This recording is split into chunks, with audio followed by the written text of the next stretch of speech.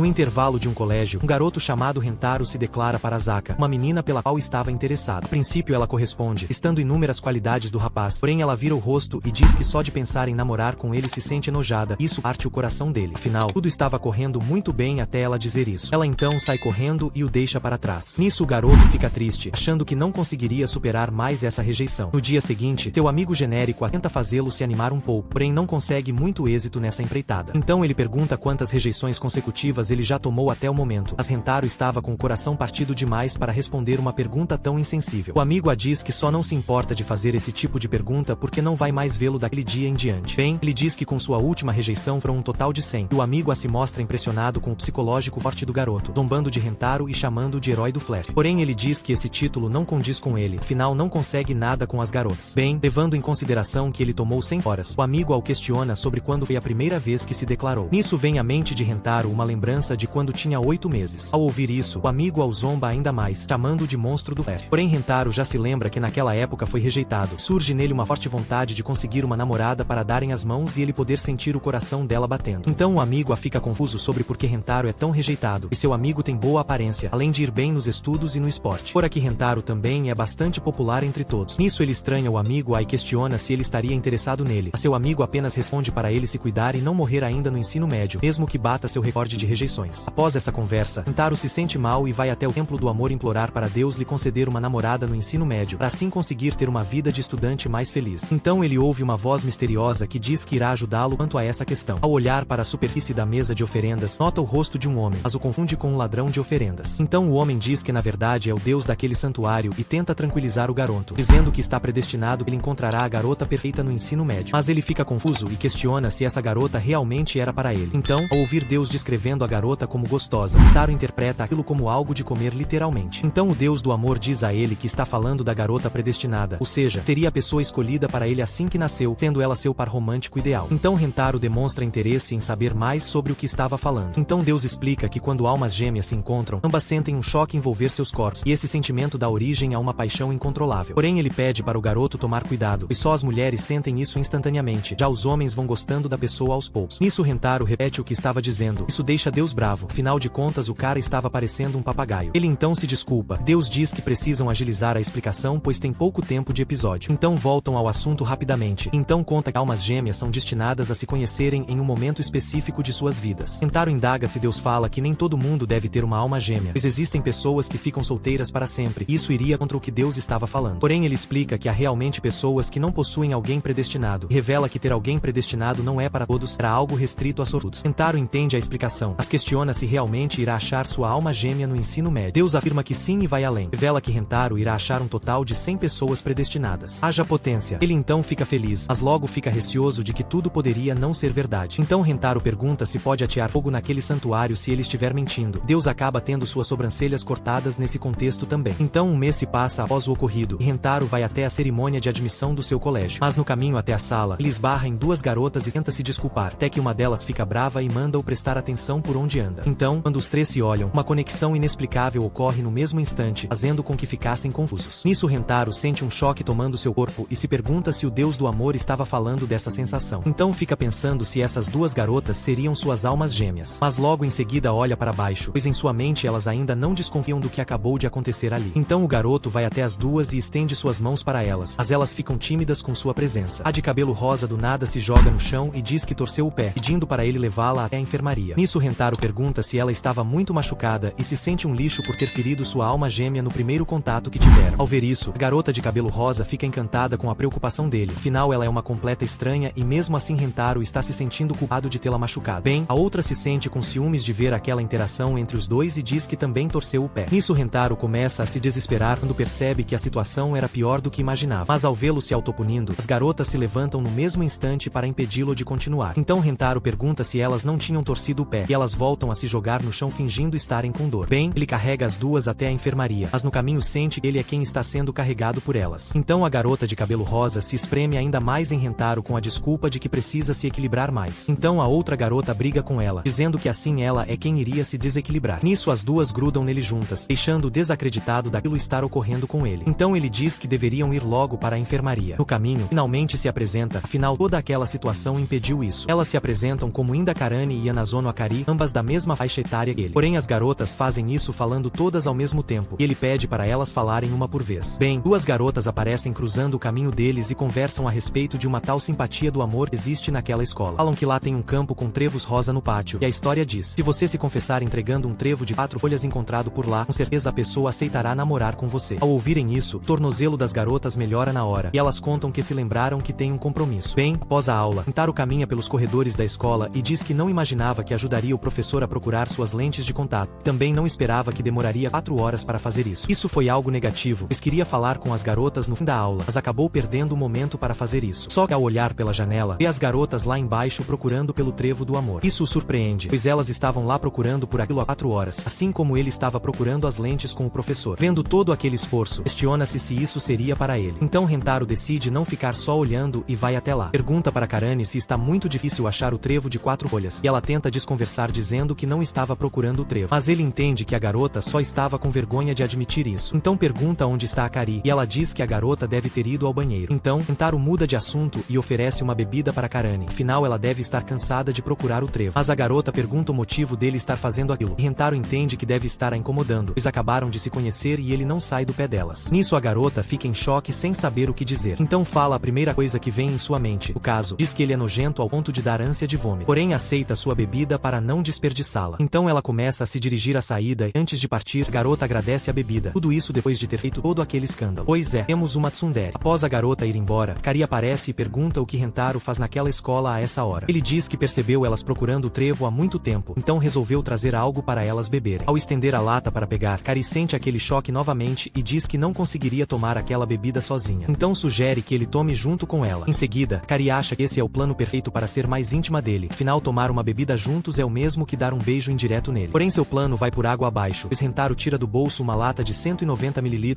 e diz que imaginava que uma lata de 350 ml fosse ser muito mesmo, então já se preparou para isso. Mas a garota dá a desculpa de que metade de 350 ml dá 175 ml, ou seja, 15 ml a menos do que 190 ml da lata pequena que ele comprou. Portanto, a melhor coisa seria eles dividirem a bebida do mesmo jeito. Como ela estava insistindo, ele decide não contrariá-la e toma os 15 ml que estavam sobrando. Nisso dá a lata para ela. Só aí Rentaro percebe que aquilo seria um beijo indireto. Bem, ela começa a tremer com a bebida, e Rentaro pergunta para ela o que tem. Então a lata acaba caindo por conta do nervosismo dela. Parece que o beijo indireto já não vai mais rolar. Rentaro dá um lenço para Kari para ela limpar sua roupa suja do sul. Porém ela pega sua mão ao invés do lenço e se declara para ele, pedindo em namoro. Ela explica que isso pode soar muito repentino, mas o que sentiu por ele foi amor à primeira vista. Bem, Kari diz que não é só ela que gosta dele, por isso decidiu se declarar o quanto antes para não correr o risco de perdê-lo para outra garota. Então ele fica muito feliz por isso, pois aquela é a primeira vez que uma garota se declara para ele. Mas antes dele poder responder ao pedido, Karane surge para atrapalhar o momento deles. A garota derruba um monte de suco que estava trazendo para ele. Como não sabia o gosto dele, trouxe vários tipos para ele conseguir beber algum. Então Karane vai para cima de Akari para brigar com ela, pois a garota foi mais ligeira entre as duas. Porém Akari tenta mentir dizendo que não sabia que ela gostava dele também. Mas Karane diz que ouviu ela dizer que não era a única que gostava dele, ou seja, ela sabia sim. Porém Karane vira para Rentaro e diz que aquilo não significa que ela goste dele. Bem, ela tenta bancar pose de durona e diz que só namoraria com ele caso ele se humilhasse para ela. Porém logo em seguida a garota já estava se jogando aos pés dele, pedindo para namorar com ela. Então um silêncio matador se inicia. Em seguida, as duas vão até ele e o obrigam a escolher uma delas, mas ele não consegue. Ao voltar para casa, o garoto fica indeciso, pois as duas são atraentes para ele, e isso o faz se perguntar se as duas seriam suas almas gêmeas. Embora tenha combinado de dar a resposta no dia seguinte, Rentaro não sabe o que vai fazer. Bem, ele vai até o deus do amor para falar sobre isso, e ele responde que as duas de fato são as almas gêmeas dele. Portanto, ambas seriam ideais, ou seja, é só todo mundo combinar certinho que dá tudo resolvido. Então Rentaro questiona Deus sobre o que deveria fazer nessa situação com força, mas ele não sabe responder. Afinal, o caso de Rentaro é anormal, pois algo muito grandioso ocorreu no dia do nascimento dele, e isso fez com que o deus do amor cometesse um erro terrível. Nisso Rentaro questiona o que seria. Deus conta que foi numa sexta-feira. Nesse dia estava passando lá o castelo no céu, isso enquanto trabalhava. Isso fez preencher 100 almas gêmeas no formulário de Rentaro. O garoto fica se lamentando, achando uma injustiça o que o deus do amor fez com ele. Afinal, se tivesse só uma alma gêmea, não precisaria estar nesse conflito interno. Porém, a pior notícia estava para vir agora. Deus explica que ao encontrar só uma alma gêmea, eles realmente podem se amar e serem felizes. Mas se esse encontro não acontecer, pode acontecer algo terrível. O caso seria a morte de ambas as partes. Ele explica que ter uma alma gêmea é uma bênção. Se alguém deixar essa felicidade escapar, a única coisa que lhe resta é o infortúnio. Em outras palavras, se Rentaro escolher sair só com uma de suas almas gêmeas, as outras morrem. Nisso Rentaro fica mais apreensivo em decidir decidir qual das garotas escolher, até porque literalmente irá matar a outra. Vendo todo o sofrimento do garoto, a única coisa que o deus do amor diz é: "Foi mal aí." Bem, ele volta para casa se remoendo no caminho, até que pense em algo genial. Sua ideia é namorar com as duas, assim que elas saibam. Dessa forma salvará ambas da morte. "Não vou nem falar nada." No dia seguinte, vai falar com elas. Akari não cumprimenta normalmente. Jacarani manda ele dar logo a resposta do que haviam combinado. Quando olham para ele, param que o maluco parece que nadou na lama a noite toda para ir falar com elas. Então estende a mão para as garotas e diz que quer namorar com as duas. Mas cara, ele não curte nada esse papo torto. Nisso Rentaro se lembra da noite anterior, onde pretendia namorar com as duas escondidas. Porém um lampejo de sensatez passou sobre sua cabeça. Decidiu não fazer as coisas dessa forma, pois as duas estavam se esforçando muito para demonstrar seus sentimentos a ele e sabe mais do que ninguém o quão difícil é fazer isso. Bem, ele diz para as garotas que há coisas que não pode simplesmente ficar decidindo. Escolher entre as duas é uma dessas coisas difíceis de escolher, afinal gosta muito de ambas. Ele diz que fará de tudo para fazê-las felizes. Então Rentaro toma muita coragem e pede novamente as duas em namoro. Mas Karani estava prestes a reclamar de novo, até que ele mostra 2 trevos de 4 folhas para elas. Então ela questiona onde conseguiu eles, e Rentaro explica que pediu para um professor deixá-lo entrar na escola ontem depois da aula. Nisso as duas entendem tudo. Ele passou a noite toda procurando pelos trevos. E isso também explica porque dele estar todo sujo. Mas Karani o chama de bobo, pois já está no ensino médio e ainda acredita em simpatia do amor. Ela diz que mesmo que Rentaro esteja tentando não magoar as duas, não aceita essa condição dele ter 2 namoradas. Ele pede desculpas dizendo que não pretendia fazer isso, mas ela continua esbravejando, tendo que ser contida por Akari. Ele explica que as duas estavam se esforçando muito para encontrar aqueles trevos, portanto presumiu que elas gostassem que ele se declarasse assim para elas. Ao ouvir isso, as garotas caem para trás. Akari diz que não se importa dele ter outra namorada dentro dela, pois o ama demais, e acha que ter que dividi-lo é melhor do que não tê-lo. Então a garota o pega pelo braço, pedindo para ele a fazer feliz. Nisso Karani também vai até ele. Expressa a mesma coisa, mas Akari fica sem compreender nada. Afinal, a jovem não desejava compartilhá-lo de forma alguma e parece que ela alterou de opinião. Então ele declara em alto e bom som que tornará as duas contentes. Dessa maneira a existência amorosa de Rentaro tem início. Porém ainda existem 98 almas gêmeas por aí para ele conhecer, ou seja, mais garotas para ele impedir que pereçam.